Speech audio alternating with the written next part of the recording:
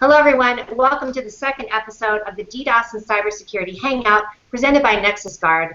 This is an ongoing series where we bring you the latest and greatest in DDoS, which is distributed denial of service attacks, and cybersecurity issues. Everything you need to know to keep yourself and your company safe online. So today, this is, as I said, our second episode. We're going to be focusing on what's new in cybersecurity and DDoS and in the protection spaces, and specifically we're going to be talking about some of the major changes over the past couple months as we get to the end of the year and how these changes have affected Nexusguard and other DDoS mitigation and protection firms and how they operate. So I'm your host, Mia Voss, and today we are talking with Bipin Mistry. He's the Vice President of Product Management at Corero Network Security.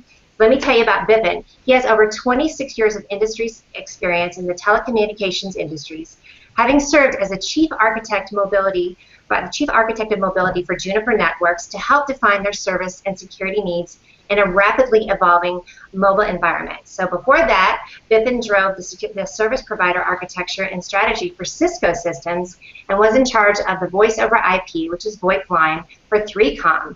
He also holds a number of patents, including one in API structure and interfaces specifically tied to mobile monetization. Welcome to the show. That is quite a resume you have there, Bipin. Thanks very much, Mia. Nice to see you. Okay, so we're going to definitely cover a lot of topics. So you ready to jump in? Absolutely. All right, awesome. So first of all, can you give us a bit of a background? Obviously, you're with Corero, and give us your personal background on cybersecurity and how you came to work at Corero. Sure. So as you sort of highlighted, I was at Juniper. Part of my role at Juniper, along with the mobile side of the business, was also looking at security. I spent a number of years both at Cisco and at Juniper looking at security product lines. I was also, while I was at 3Com, I worked for the office of the CTO, and 3Com acquired a company, an IPS company called Tipping Point. So I was part of that organization as well. So I've been in the security business probably upwards of, I would say, at least 10 years on and off. Anywhere between looking at enterprise security, service provider security, in the mobile space as well as in the sort of the cable MSO space as well.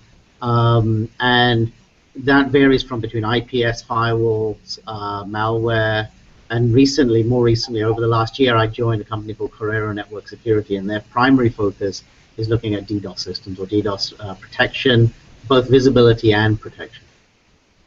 So it's great. You bring all this history, and then again, working with these companies that also acquired other companies, you've been able to gather a lot of information over the last 10 years. Yeah, absolutely. Great. So tell us a little bit more about what Corero does. The Corero is their primary focus is just DDoS mitigation and visibility. So Corero has a system or a platform, or you could call it a solution, that plugs in. It typically sits in line in the network, and it's known as the first line of defense. So normally, if you design a sort of a layered security architecture, the first line of defense is something around DDoS protection or DDoS mitigation. Then you'll have firewalls, you'll have IPS systems, and then if you run in a virtualized environment, you may have a virtualized firewall sitting in the VM instance. What we do is we look at line rate traffic coming in line into the network. We analyze that traffic in real time, and then if we detect an anomaly, some DDoS systems will redirect that flow or redirect that subnet to another scrubbing environment. What we do is we look at that vector, we determine whether it's true or actually a threat vector, and then we clean that vector. We literally inline scrub that vector out. So any attack that's coming inline, and we see a lot of these attacks at the moment where they're not necessarily high profile or really large volumetric attacks. They're very low level attacks, and what we do is, because we're inline, we're seeing all these attacks and anomalies coming in, we're literally cleaning them out. The other benefit of the system is that it's designed to do no harm. So the idea behind that architecturally is that what we're trying to do is make sure that we only clean the bad traffic and leave the good traffic running through. It's very difficult to do, but that's one of the sort of the architectural premises that we design the system around. And that's what's interesting. I love that you're saying you're trying to not make this big sweeping, like clean everything out that takes out the good architecture, but it leaves like a good balance, a good ecosystem.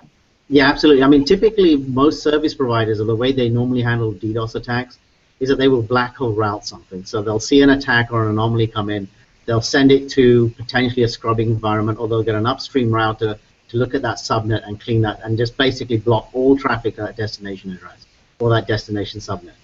The problem with that is that whether anything on that subnet or those IP addresses will get blocked as well. So any good traffic or bad traffic, anything. So if you're running a voice over IP application, you're running, say, video conferencing, or any sort of even simple file transfers will get blocked at that point. It has a real bad effect in gaming systems as well. What we try and do is we look at good and bad traffic, and then we determine the nature of the attack vector, whether it's a single attack vector or multiple attack vector, and at that point we will drop and clean that particular attack away, but we let the good traffic flow through the system. And then we provide visibility around all of this as well, so the customer gets a view of what's happening on their network, what type of attacks are coming in, and they get an idea of where they're being attacked and where they're being impacted. You sound like a doctor. Actually, sometimes security can be like that, unfortunately. No, it sounds like it's very thorough. So real quick, so there's been a lot of cybersecurity related issues in the news lately. Obviously, that's what bring our attention to it. So there was a revelation about CCTVs, security cameras across the globe that have been used in DDoS attacks, which is so frightening. So tell our viewers a little bit more background about this. Yeah, sure. So because everything is now connected, or is in the process of being connected, so you could call it Internet of Things, or you could call it machine to machine. Everything that has an IP address can be used. So all it needs is an IP address, an OS stack, or an operating system stack, and then you can leverage that as a mechanism to generate an attack. Whether it's just a simple denial of service attack to a particular service, or in the case of these cameras, it's a distributed denial of service attack. So what they do is they hijack one camera, they hijack a bunch of cameras, they create a botnet, and they use that mechanism to then initiate an attack. And depending on the nature of the attack, defines the amplification level of the attack. So there are, for example, everyone's heard of DNS attacks or ATP attacks. Those generate high amplification ratios. So all you have to do is send it one sequence, and it will send back a very large payload.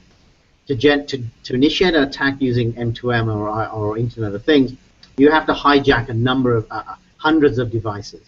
And once you hijack those devices, you can then control them, and then you can initiate them and tell them to send just garbage data to a particular destination IP address and initiate an attack against that server.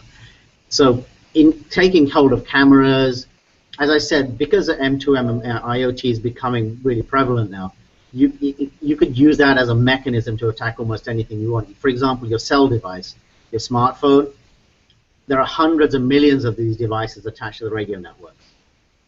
If you take hold of one of those, for example, on the Android side, and I'm going to pick on Android because it's harder to do it on iOS, that is actually worse than the camera attack. What that does is it initiates an attack on the radio network, and it takes everyone else down on that side. And there are all sorts of mobile infrastructure that they can also attack accordingly inside that environment. So it's so from our perspective, it's going to get worse because there are lots and lots of devices that are now attaching to the network, from cameras to thermostats inside your home, through to automatic door locking systems, to sensors, to your car is a communications mechanism as well now. Most newer cars have 4G connectivity built inside the system, and then Wi-Fi on top of that. That is now a mechanism. There are sensors within cars as well. So it's anything with an IP address and an operating system is a mechanism or a vector for an attack. I think that's what's frightening when you're saying that. It's anything with an IP address, and that's so sweeping. Yeah.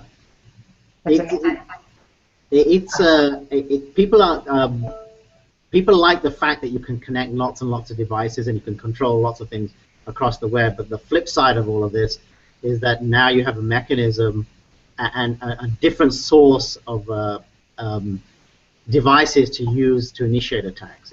Some of the DDoS attacks are very easy to initiate, some of them are quite difficult, but the nature of attacks is changing on a regular basis.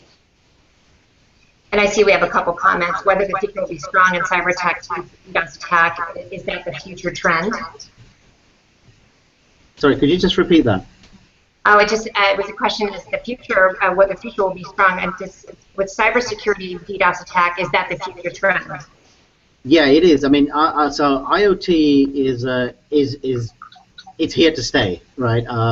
If you look at most service providers out in the marketplace today, they're using IoT as a mechanism to generate revenue. So they're creating cloud-based structures, and they're using that as a mechanism to control devices, offer video services in the home. AT&T is doing it. ADT is doing it, for example, as a sort of a broader security firm. That's opening up a different vector. And the problem with DDoS is that the traditional method for DDoS has been, we're going to initiate a volumetric attack, or we'll create an amplification attack, and we'll target particular servers. What we're seeing at Corero now is that not only are we seeing large volumetric attacks, we also see short duration, low saturation attacks, and then we see multi-vector attacks coming in. So someone will initiate an amplification attack or a reflection attack. Then they'll initiate a TCP SYN attack, and behind all of these attacks, they will do something like a brute force password attack or some sort of malware that they'll try and deploy on a server. The problem with that is that the customer is so busy looking at volumes and volumes of audit logs on the different attacks coming in that they're missing the actual attack that's going to affect their servers or their applications or the data integrity of the system. And so what Corero tries to do is filter out all of those bad attack vectors and then home in and allow the customer to home in on the specific area that's important to them. I mean, I've been working with some very large carriers in Europe at the moment, and what they're seeing is that they can clean out all the volumetric and the large amplification attacks, but the issue that they're now having is that if you understand how a mobile network works, that you have the radio side and you have the internet side. From the internet side, they see these low-level attacks coming in. If those low-level attacks go straight through the service provider's network and they impact the radio network, when they impact the radio network, not only do they hit the one destination that they're targeting, but because the radio network is a shared medium, it will impact every subscriber that's attached to that particular cell tower. It's causing them a huge problem over time. It's so much great information, Bipin. Thank you so much, because it really can be overwhelming for people, but they also need to know how widespread it can be, right? On the attacks. Yeah, absolutely. The nature of DDoS is, as I said, it's an evolving thing. So what we're trying to do is you're constantly trying to get ahead of the curve. Attackers will come up with newer and newer mechanisms to try and generate attacks. And the other thing about DDoS is it's actually becoming easier to generate DDoS attacks. There are tools available on the darknet. There are mechanisms. There are procedures. There are systems available to initiate DDoS attacks. So, for example, there's a recent attack at TalkTalk, which a lot of people are probably familiar with. TalkTalk is a large UK carrier, mobile carrier, and they were under a ransom DDoS attack. So what happened was that they were sent a ransom that said, okay, if you don't do X, Y, and Z or don't pay us, we're going to initiate a DDoS attack, and their web servers went down. So no one could go in and modify their billing cycle or their profile or anything because they're constantly hitting their web servers. So it's being used not only as a mechanism to take down servers, it's now being used as a mechanism to basically blackmail companies into things like. And the other thing that we've also noticed is that Corero is also in gaming sites. And what gamers do is, because they're competing with other gamers from a financial perspective sometimes, they initiate DDoS attacks to take the other gamer down. So and all it takes is a couple of seconds of the gamer going offline, and then they win that particular round. So we see this on a regular basis, and the problem with some of these attacks is that they're not very large. They're very short. They last a couple of seconds or a couple of minutes, and you can't use traditional DDoS mechanisms like scrubbing to actually clean out these attacks. You have to be there right at the instance the attack comes in and clean it out at that point. And you made a great point that it's getting easier and easier for these attacks to happen, so it's great to pay attention to it. And if you're just tuning in, you're watching the second episode of the Cybersecurity and DDoS Hangout presented by Nexusguard. I'm Mia Voss, and today we're talking with Bipin Mistry, and he's with Corero, and he's giving us a ton of great information. So let's move on to another scary story. Are you ready? I know we just got past Halloween, but seems like it's still going on. So there's a definitely scary story last month that involved a Malaysian hacker supplying personal data of U.S. officials to ISIS for targeting. Super frightening. So talk to us a little bit more about that. Yeah, and so this is what I was trying to get at right at the beginning. DDoS is a mechanism to attack, but DDoS is also a mechanism to hide.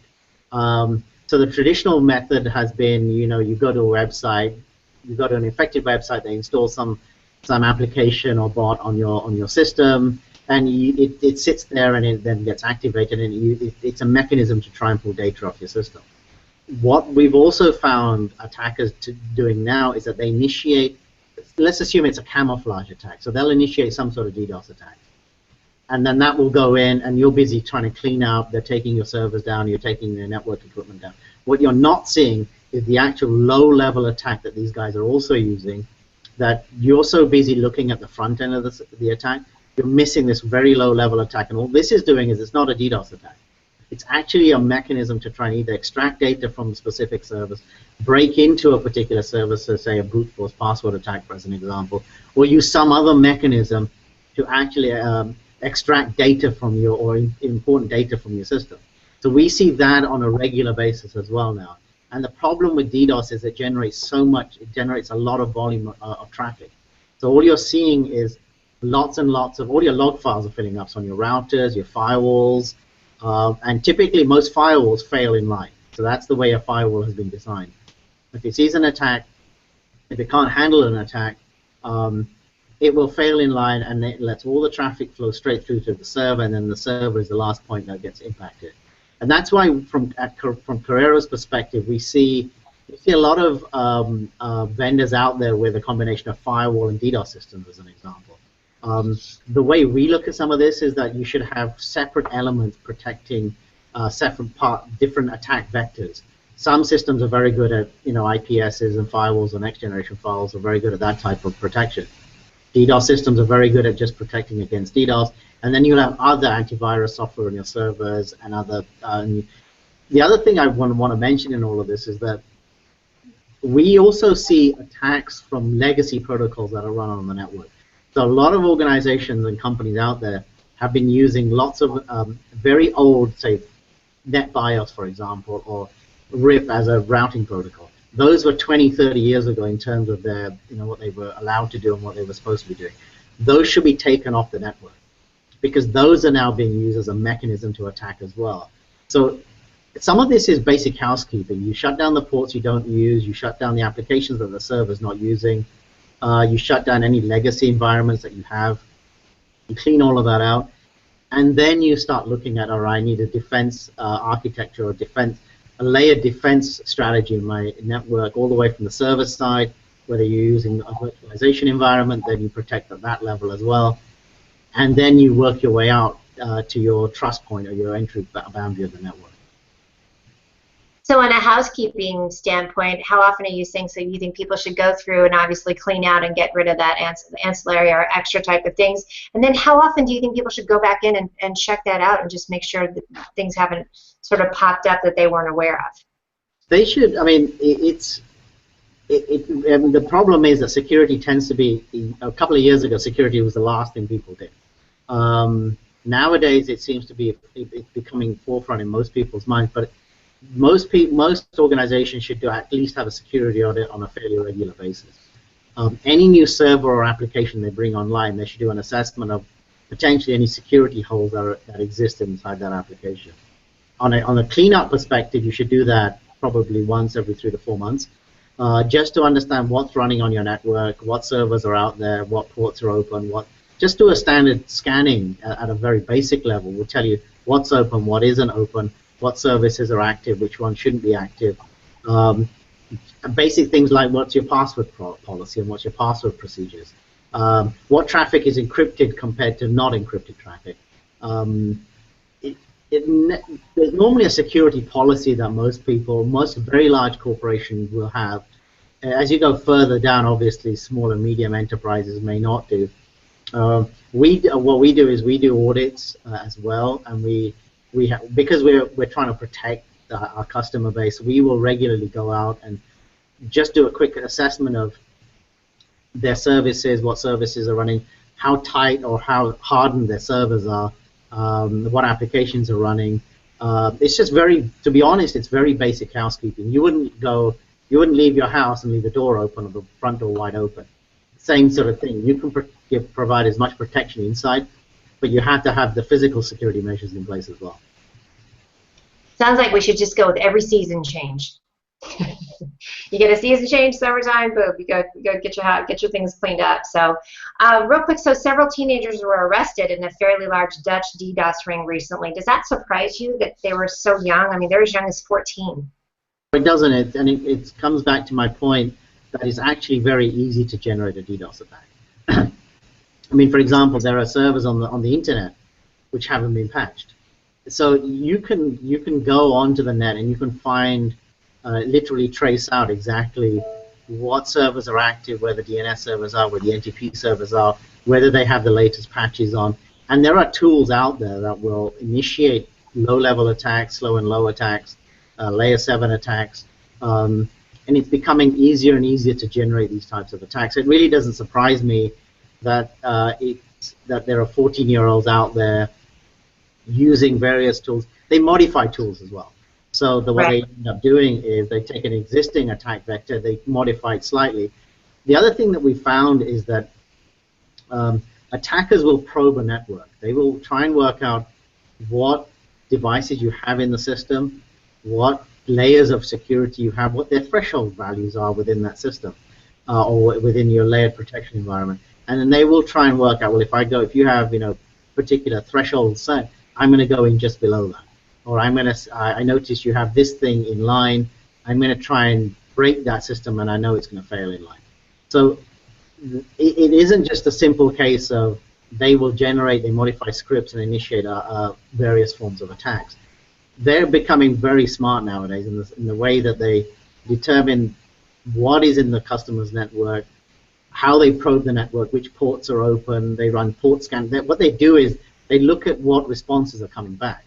So, for example, if they go in with an attack and they get no responses back, they know that, all right, they must have some sort of system that's protecting it at these threshold values, at this level, and this type of attack vector. So they'll modify that attack vector, and then they'll send it in again. It's a constant a sort of a to and a fro between the attackers and then what vendors like Corero try and do in terms of trying to stop them. And I definitely think with it being gamers, a lot of that can just be done, out of spite, with young hackers kind of getting back at one another too. Not that adults don't do that as well, but I know that seems to be a little bit more in that realm too. So you touched on this earlier. You talked about ransom, kind of holding companies at ransom. So one of the biggest trends has been attempting to hold companies or targets at ransom, demanding payment for either not issuing a DDoS attack or stopping a currently ongoing one. What are your thoughts on this? We're seeing that ransomware pick up, and we're seeing DDoS being used as that mechanism. And to be honest, the web infrastructure is the most important customer-facing element for any company out there, and a lot of companies have very little. I wouldn't say very little, but they have some level of protection, but not enough to stop a DDoS attack. And this is my point from earlier, is that they'll have firewalls and they'll have IPS systems and other mechanisms to protect their infrastructure and their servers, but these devices typically don't stop DDoS attacks coming in. It's very easy to overload them, and they're designed for a specific use. And so you should pick and choose an environment or a set of products that have been specifically designed to try and stop the particular attack vector that's coming in. So that's what we always talk about when we talk about layers of security protection, or defense in depth is the common term that most security professionals use. What they mean by that is you pick the right system or the right product to stop the particular attack, and then let the next level, the next layer protect the next layer of attack, and so on and so forth. So it's a matter of making sure that your infrastructure is set up correctly and you have the right levels of protection in place. And it's layers. It's not just one big blanket thing, which I love that you're explaining to us, that it keeps, because I think a lot of people want that panacea, that one size-fits-all pill, right? And you really do have to think in terms of layers and intricacy. Comes down to, some of it comes down to cost as well. So some organizations will go out and say, well, I can buy this type of box or this type of system, and then there's a lot of marketing that goes around some of these systems as well. So okay, they'll use keywords like DDoS, firewalls, malware protection, antivirus, and it obviously does everything, right? Unfortunately, it doesn't. This is the problem with the nature of security and the nature of attack. Certain systems are very good at protecting at particular attacks. Other systems are very good. I would never use a DDoS system, for example, to try and stop deep payload attacks coming in, which is potentially an IPS system is designed, or a web firewall is used to protect. So you pick the solution you pick the product for the right solution.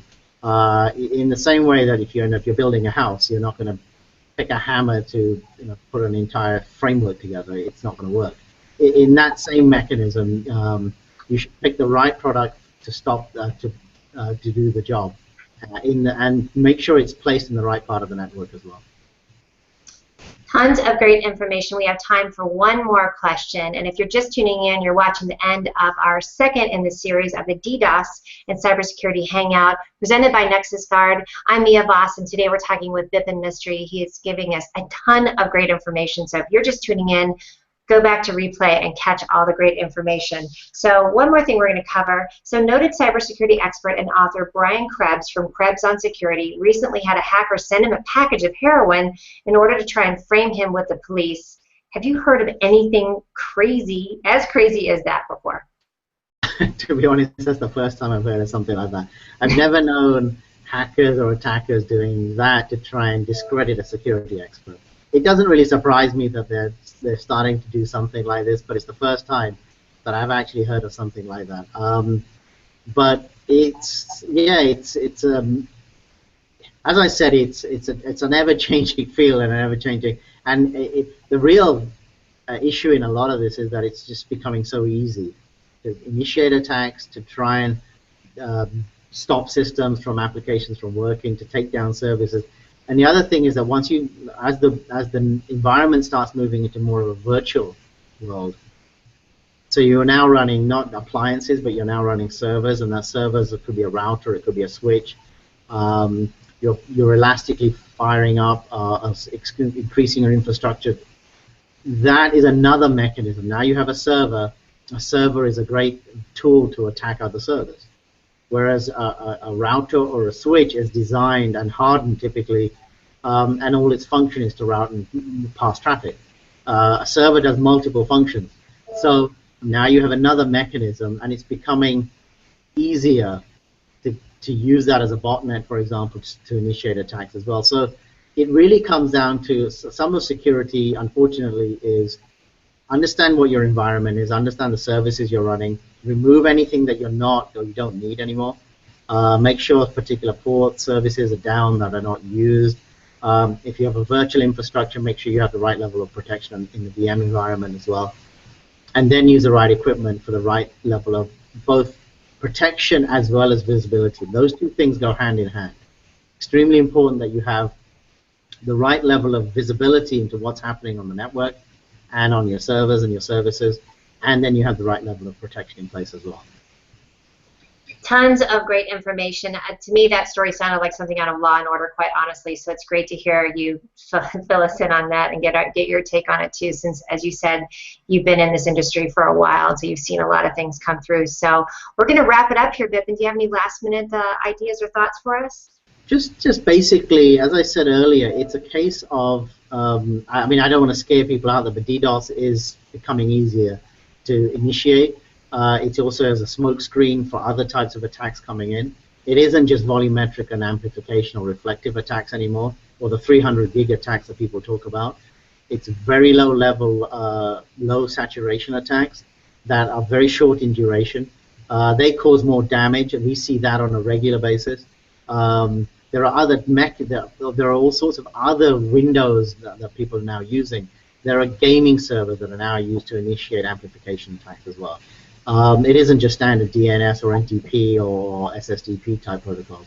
So in summary, it's a case of understand your environment, make sure you know what the network is doing, what services are running, remove anything that is not relevant, do a basic house cleanup effectively, and then put in the right equipment in the right places to DDoS systems that protect against DDoS attacks, firewalls or next generation firewalls, and web application firewalls, and have those in the right places so that they're doing their job as opposed to attempting to do other things that are not designed to do. Thank you so much. Tons of great information. This is Bipin. We've been listening to Bipin Mistry. He is the Vice President of Product Management at Corero Network Security, so he knows his stuff. Bipin, where can we find you? I am based in Hudson, Mass, and I think you guys have my email address. It's bipin.mistry@corero.com. I'm always blogging on security. I'm various, as I was saying earlier, keynotes that I have at various summits as well. So yeah, please reach out to me anytime if you have if you want to know anything about DDoS. Happy to help.